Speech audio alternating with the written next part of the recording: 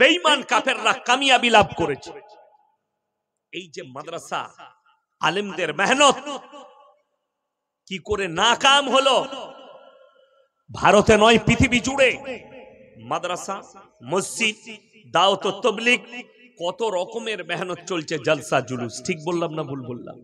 তারপরেও আমরা নাকাম, বেঈমান কাফেররা কামিয়াবি লাভ করেছে। তার মানে আপনি চিন্তা ধরেছেন যে আমি পয়সা দিলাম, আমার কাজ শেষ, আমি মাদ্রাসা করার জন্য পয়সা দিলাম, মাদ্রাসা চালাবার জন্য পয়সা দিলাম, বাকি আমার আর কোনো আমলের আর কোনো কিছুর প্রয়োজন নেই। এইটা বুঝার কারণে অনেক মুসলমান ধ্বংসের পথে গেছে। এই আমার আগে মহসিন ভাই আদায় করছিল, আমিও লাস্টে হয়তো কিছু চাইতে পারি আপনাদের কাছে মাদ্রাসার জন্য, আমিও মাদ্রাসাওয়ালা, জানি মাদ্রাসা চালানো কত কষ্ট। কিন্তু অসুবিধা কোথায় জানেন? আমাদের কিছু লোক আছে সুদ খায়, সে মনে করে কেউ জানতে পারবে না, লুকিয়ে মাদ্রাসায় 1000 টাকা দেবো, মসজিদের আদায় হচ্ছে 1000 টাকা দিয়ে দিলে, আর আমরা বক্তারাও দোয়া করে দিই, আহারে পিয়ারা বান্দা কোথায় বলেছিল, ছিল নাকি ছিল 1000 দিল, দিয়ে জান্নাতে ভরে দিয়ে তারপরে বেরিয়ে এলাম। কথাটা বুঝতে পারেননি? কিন্তু হারামখোর, সুদখোর। খুব দুঃখের বিষয় এগুলো। এই মৌলবীরা কি করে জানবে যে সুদের পয়সা আপনি দিয়েছেন, আপনার জন্য উচিত আপনি হালাল পয়সা দিবেন? কথাটা বুঝতে পারেননি? আপনার উচিত আপনি মাদ্রাসা মসজিদে হালাল পয়সা দিবেন। বেঈমান কাফেররা ঠান্ডা মাথায়, মায়েরা বোনেরা ভালো করে শুনবেন, তারা মেহনত করেছে, তারা কামিয়াবি লাভ করেছে, তারা ঘরে ঘরে সুদ ঢুকিয়েছে। আশা করি আপনাদের ডোমকল এলাকা প্রায় ইস্তেমা হয়, শুনতে পায়, ডোমকলে ইস্তেমা হয় না বড়? তার মানে এলাকায় দাওয়াতের মেহনত আছে, তাহলে আশা করি এই এলাকায় ওই পাপ থাকবে না। মানে বন্ধন লোন, গ্রুপ লোন আপনাদের এলাকায় নাই। আমি তো জেনে শুনেই বললাম। আপনারা কি মনে করছেন আমি বর্ধমানের লোক ডোমকলের খবর রাখি না? তোমার ভাতের হাঁড়িরও খবর রাখি, গোটা পশ্চিম বাংলার খবর রাখি না, গোটা ভারতবর্ষ বাংলাদেশের খবর রাখি, পাকিস্তানেরও খবর রাখি আমি। কেন? এটা জরুরি। আমি এখান থেকে বসে ইন্দোনেশিয়া, মালয়েশিয়া, সৌদি আরব, দুবাই, কাতার, কুয়েতেরও খবর রাখি। শুধু মোবাইলে নয়, অনেক বন্ধু বান্ধব আছে, মুর্শিদাবাদের অনেক ছেলে আছে সৌদি আরবে, দুবাইয়ে, কাতারে, কুয়েতে, আমাকে রাত্রে ফোন করে, কখনো কখনো ফোন করে কথা হয়, আমি তাদের কাছে হালতের ব্যাপারে জানি, কখনো কখনো ভিডিও কল করে দেখি হালত। ভেবে দেখুন, 10টা করে মেয়ে গ্রুপ করেছে। আপনারা ইমানদারির সঙ্গে বলুন তো, সব থেকে কম বেতন সমাজে কার? কথা বলে না? ইমামদের।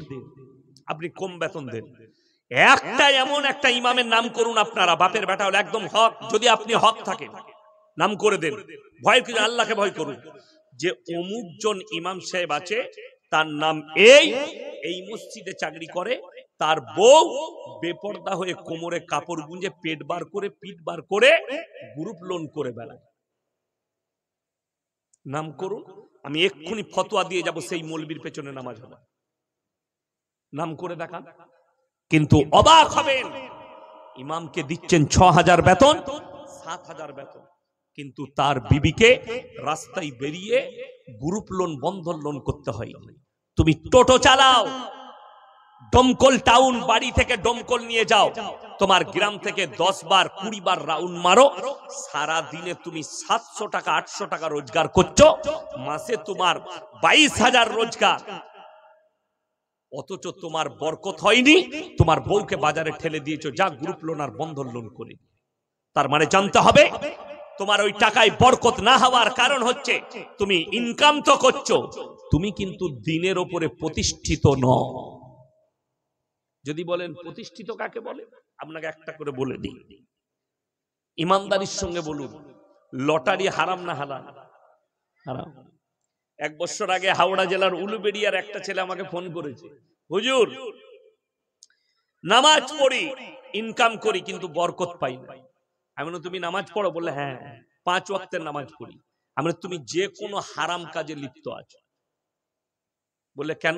আমি বললাম তুমি হিসেব করে দেখো, হয় তুমি জিনা করো, তা না হয় চুরি করো, না হলে মিথ্যা কথা বলো, না হলে লোককে ধোকা দাও, না হলে মা বাবার সঙ্গে ব্যবহার খারাপ, না হলে পরিবারের সঙ্গে। সে বললে আমার ব্যবহার সকলের সঙ্গে ভালো। এই গুনাহগুলো আমি করি না, কিন্তু বললে হুজুর একটা জিনিস আমি করি, কি বলে বরকতের জন্য মাঝে মাঝে একটা করে লটারির টিকিট কাটি। আমি বললাম বে ওইখানেই তো বরকত ঢুকিয়েছিস। কথাটা বুঝতে পারেন? লটারি হারাম না হালাল? হারাম। আপনাকে আমি ডোমকল বাজারে দেখাবো, মুসলিম লটারি বিক্রি করছে, মুসলিম লটারি কাটছে। ঠিক বললাম না ভুল বললাম? যদি এটা মিথ্যা বলে থাকি, বাপের বেটা হলে আমাকে রাত্রে রেখে দেন, সকালে আমি দেখিয়ে দেবো কটা মুসলিমদের কাউন্টার আছে, আঙ্গুল দিয়ে দিয়ে দেখিয়ে দেবো। আমাকে যদি চর মারে তারপরও দেখাবো এই দেখো হারাম। এরকম শুধু আপনাদের ডোমকল বাজারে নয়, ডোমকলে পাবেন, ইসলামপুরে, বহরমপুরে, দৌলতাবাদে, বেলডাঙ্গায়, সব টাউন গুলোতে পাবেন। আর আপনাকে আমি অবাক করা একটা তথ্য দিচ্ছি, আপনি পশ্চিম বাংলার একটা হিন্দু গ্রামে যান, তাদের গ্রামে লটারির টিকিট পাবেন না, কিন্তু মুসলিমদের গ্রামে 5টা করে কাউন্টার লাগানো আছে। এটা মিলিয়ে নেবেন আমার কথাটা। তার কারণ আপনি হারামের উপরে নির্ভরশীল হয়েছে। লটারির টিকিট হালাল হলে আমরা মৌলবীরা তো একটা করে কাটতাম, 1 কোটি লেগে গেলি আর মাদ্রাসা থাকবো না, মসজিদও থাকবো না। কথাটা বুঝতে পারেননি?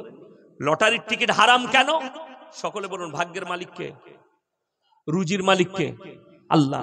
ভাগ্যের মালিক যদি আল্লাহ হয়, তুমি এই কাগজের উপরে নিজের ভাগ্যটাকে একটা নম্বর দিয়ে আছে, এটা টাকা দিয়ে কিনে নিজের ভাগ্য মনে করছেন, এই কাগজটার দ্বারা ভাগ্য পরিবর্তন করতে চাইছেন, তোমার ঈমান ধ্বংস হয়ে যাবে। তোমার যদি আকীদা আছে যে এই নম্বরের দ্বারা আমার ভাগ্য ফিরবে, এই কাগজের দ্বারা, লটারির দ্বারা আমার ভাগ্য ফিরবে, তুমি বেঈমান কাফের হয়ে যাবে, তোমাকে কলবা পড়ে মুসলমান হতে হবে।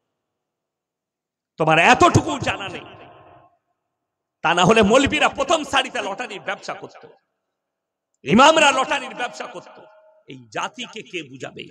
তুমি হারামের উপরে নির্ভরশীল হয়েছো, যার কারণে তোমার বরকত নেই। অনেকজন, আপনি বললেন রুজির মালিক আল্লাহ, এইটা আপনাকে আমি বুঝিয়ে দিয়ে যাই। রুজির মালিক আল্লাহ মানে এটা নয় যে প্রত্যেকদিন আপনি খাসির মাংস খাবেন আর দেশি মুরগি খাবেন। জানেন এই মুস্তাকিম বাবু অনেক তরকারি করেছে আমাদের জন্য, অনেক অনেক খাবার করেছে। আমি কিন্তু খাবারে সন্তুষ্ট, কিন্তু যদি শুধু আমাকে আলু সানা, ডাল আর ডিম ভাত দিত, আমি আরো বেশি খুশি হতাম। কালকে যেখানে জলসায় গিয়েছিলাম বীরভূমে, সেখানে আলু ভাজি, করেলা দিয়ে আলু ভাজি আর ডাল, কি বললেন, ওই আর একটা ডিমের আমলেট। আমি বললাম আজকে সব থেকে সুন্দর খাবার, কি বুঝলেন, আজকে সব থেকে সুন্দর। কেন?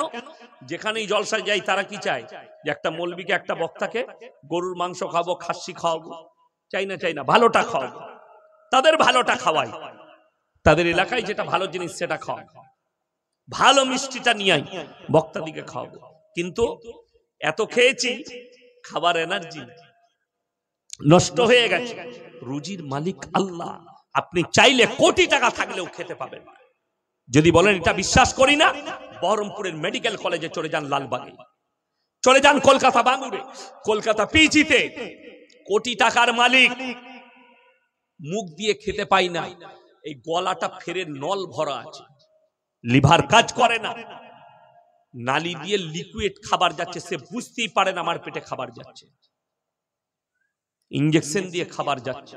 কত রোগী, ক্যান্সারের পেশেন্ট, লিভার ক্যান্সার বোম্বাইয়ে পড়ে আছে, পায়খানা হয়নি, এই দিকে ফুটো করে থলি লাগানো আছে, সে বুঝতেও পারে না আমার পায়খানা কখন।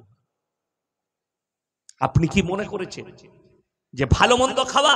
রাসূল আকরাম সাল্লাল্লাহু আলাইহি সাল্লামের হাদিস, আল্লাহর রাস্তায় আর দ্বীনের পথে যারা থাকবে, আমি মৃত্যুকাল পর্যন্ত ইজ্জতের রুজি দান করব। জোরে বলুন সুবহানাল্লাহ। রুজিটা খাসির মাংস আর মুরগিটা নয়, খাবারটা ইজ্জতের খাবার হতে হবে, ইজ্জতের খাবার। দস্তরখান চলে আসবে, বিবি দস্তরখান বিছালো, একসঙ্গে খেলেন, পরিবারের সঙ্গে খেলেন, এইটা হচ্ছে ইজ্জতের রুজি। আর আল্লাহ নবী সাল্লাল্লাহু আলাইহি সাল্লামের হাদিস, যারা 5 ওয়াক্তের নামাজি হবে তাদের মৃত্যুকাল পর্যন্ত কোনোদিন রুজিতে কমি পড়বে না। আর আমি চ্যালেঞ্জ ছুড়ে বলে গেলাম, গোটা ডোমকল থানায় 100টা মুসলিমের মধ্যে 80টা বেনামাজি। ঠিক বললাম না ভুল বললাম? 80টা বেনামাজি। আচ্ছা বলুন তো, কেউ যদি ইচ্ছাকৃতভাবে ফরজ নামাজ কাজা করে, গুনাহ আছে না নাই? বড় গুনাহ। আর আমাদের দেশের 70% লোক ইচ্ছাকৃতভাবে নামাজ কাজা করে। 70% মসজিদের পাশে বসে নামাজ কাজা করে। আপনাকে দেখিয়ে দেবো ডোমকল বাজারে মসজিদ আছে না না? আরে ডোমকলের মানুষের জন্য আল্লাহর কৃপা যে টাউনটাই ডোমকল বাজারটাই মনে হয় 3 থেকে 4টা মসজিদ আছে, আরো বেশি দাও কম হবে না, ঠিক কি না? ওই আমি একজনের দোকানে মাঝে মাঝে দাঁড়াই, রাত্রে চা খাই, আতাউল পানের দোকান। পান আমি খাই না, আমি গুটকা খোল্লয়, পান খোল্লয়, আমি কিচ্ছু খাই না, আমি শুধু চা খাই। বন্ধু মানুষ, আজকের সম্পর্ক লয় আতাউলের সঙ্গে। আমি যখন বাসে ট্রেনে জলসা করতে আসতাম, আমি সবাইকে বলতাম ভাই মোটরসাইকেলে করে ওইখানে নামিয়ে দাও, ওখানে নামাতো, ওখান থেকে ও গাড়ি ধরিয়ে দিত, ওর কাছেই বসতাম। তো এই বাজারে অনেকগুলো মসজিদ আছে, তার দোকানের সামনে একটা মসজিদ আছে, আমি মাঝে মাঝে নামাজ পড়ি সেখানে। এই মসজিদে আপনি বলুন, চায়ের দোকানে বসে আমি দেখেছি ইচ্ছাকৃতভাবে নামাজ কাজা করছে, অথচ মসজিদ আছে সামনে, নামাজ পড়তে যাই না, ঠিক কি না? এই আতাউল বাবুকে আমি মাঝে মাঝে বলি, তুমি সামনে বসে আছো আর তুমি নামাজ পড়ো না, মসজিদের সামনে দোকান। এরকম দোকানে আছে না না? আপনি বলুন কি করে বরকত হতে পারে? অনেক জনার প্রশ্ন দেখবেন, চায়ের দোকানে কিছু মাল পাবেন, তারা আবার ফুটানি করে কি বলে জানেন? আমি নামাজ না পড়তে পারি কিন্তু ভালো লোক আমি আছি। এরকম মাল আছে না নাই? গাদা আছে। এইসব আলেমরা যদি দাওয়াত দেয়, ভাই নামাজ পড়ো না কেন, তোমার সময় কি হয় না, তুমি মসজিদের কাছে থাকো, এসো মাদ্রাসার পাশে বাড়ি, মসজিদ মাদ্রাসায় নামাজ পড়তে এসো, মসজিদের পাশে বাড়ি নামাজ পড়তে এসো। তারা বলে আমি নামাজ না পড়তে পারি, বলিস রোজা না রাখতে পারি, কিন্তু আমি গ্রামের মধ্যে ভালো লোক আমি আছি। এই মাল্লা যে কত ডেঞ্জার এবং কতটা বিপদে পড়বে কোরআন শুনিয়ে দিন। কিয়ামতের দিনে দুটো রাস্তা, একটাই জান্নাতীরা প্রবেশ করবে আর একটাই জাহান্নামীরা। কোরআনে আছে জান্নাতীরা ডার করাবে কাদেরকে? জাহান্নামী দিওকে। ফি জান্নাতি ইয়াতাসাআলুনা আনিল মুজরিমিনা মা সালাকাকুম ফি সাকার। তোমরা কেন জাহান্নামে যাচ্ছ? তোমরা বলতে আমরা ভালো লোক, ভদ্রলোক, আজকে কেন তোমরা জাহান্নামে যাচ্ছ? এক নম্বর উত্তর দেবে ক্বালু নামনাকু মিনাল মুসাল্লিন, আমরা নামাজি মুসল্লিদের মধ্যে ছিলাম না। আমরা তো বলতাম ভালো লোক, আমরা নামাজি মুসল্লি ছিলাম না, আল্লাহ তাই আমাদেরকে জাহান্নামে পাঠিয়েছে। ওয়ালাম নাকু নুতিমুল মিসকিন, এবং আমরা মিসকিনকে খানা খাওয়াইতাম না। এই মিসকিন শব্দের অর্থ অনেক মুসলমান বুঝে না। কেন বুঝে না? সে তো আলেমদের পাশে উঠা বসাই করে না। মিসকিন মানে হচ্ছে নিঃস্ব, তার কিচ্ছু নাই। ফকির মানে কিছু আছে। ফকির মানে কি বললাম? ঘর আছে, বাড়ি আছে। এই গত বছরে বোম্বের হাজি আলীর রাস্তার দুদিকে দেখবেন ভিখারি বসতে, তো একজন ভিখারির উপরে সন্দেহ হয়েছে, কার? প্রশাসনের, ইনকাম ট্যাক্সের অফিসারদের। কেন? সে মাল সারাদিন ভিক্ষা করে, কিন্তু রাতের বেলায় ড্রেস করে 5 স্টার হোটেলে খেতে যায়। তারা বললে শালা ভিখারি রাতের বেলায় 5 স্টার হোটেলে খাই, মানে ব্যাপার আছে। তার বিল চেক করা হয়েছে, সে যখন খেতে যায় মোটামুটি 10,000, 12,000, 16,000 করে বিল হয়। 2-4টা বন্ধু বান্ধবকে নিয়ে যায়, কিন্তু সারাদিন মাল ভিখারি, ভিক্ষা করে। তার কাছে রেড হয়েছে তার বাড়িতে, সে যেখানটাই থাকে। রেড করতে গিয়ে ইনকাম ট্যাক্সের অফিসারদের চোখ চরক গাছ। 5 কোটি টাকা বেরিয়েছে তার বাড়িতে। কত বললাম? 5 কোটি ভিক্ষা করে জমা করেছে। তাহলে কত বড় ডেঞ্জার মাল, কথাটা বুঝতে পারেননি? 5 কোটি থাকা মানে আমাদের দেশে বড় লোক, তাই না? কোটিপতি লোক বলি আমরা। সে ভিক্ষা করে, ভিখারি। আর নিঃস্ব, যার কিচ্ছু নাই, ঘর বাড়িটাও নেই, দমকল বাজারে শুয়ে থাকে, তার কেউ নেই, তার ঠিক ঠিকানা নেই। দমকল বাজারে চায়ের দোকানের সামনে পড়ে থাকে, মসজিদের দরজায় শুয়ে থাকে, সে হচ্ছে মিসকিন, তাকে খানা খাওয়াও। বাস স্ট্যান্ডে বহরমপুরে দেখলে কার তার বাপ মায়ের কোনো খোঁজ নেই, বাচ্চা ছেলে ভিক্ষা করে খায়। কাকা 5 টাকা দাও না, কাকা 10 টাকা দাও। আপনার উচিত হবে যে ছেলেটা আপনার কাছে টাকা চাইবে, মাথায় হাত বুলিয়ে নিয়ে গিয়ে চল বাবু কিছু খাবি, তাকে হোটেলে জান ভরে খাওয়ান। এতটা জান ভরে খাওয়ান সে যেন মন থেকে দোয়া দেয়, আহ খুব ভালো লাগলো। এইটাই হচ্ছে দোয়া। এটা মিসকিন। ফকিরকে আপনি দিবেন, অসুবিধা নেই। কোরআনে মিসকিন কাদিকে বুঝিয়েছে যার নিঃস্ব, যার কিচ্ছু নাই, সে মিসকিন। তারা বলবে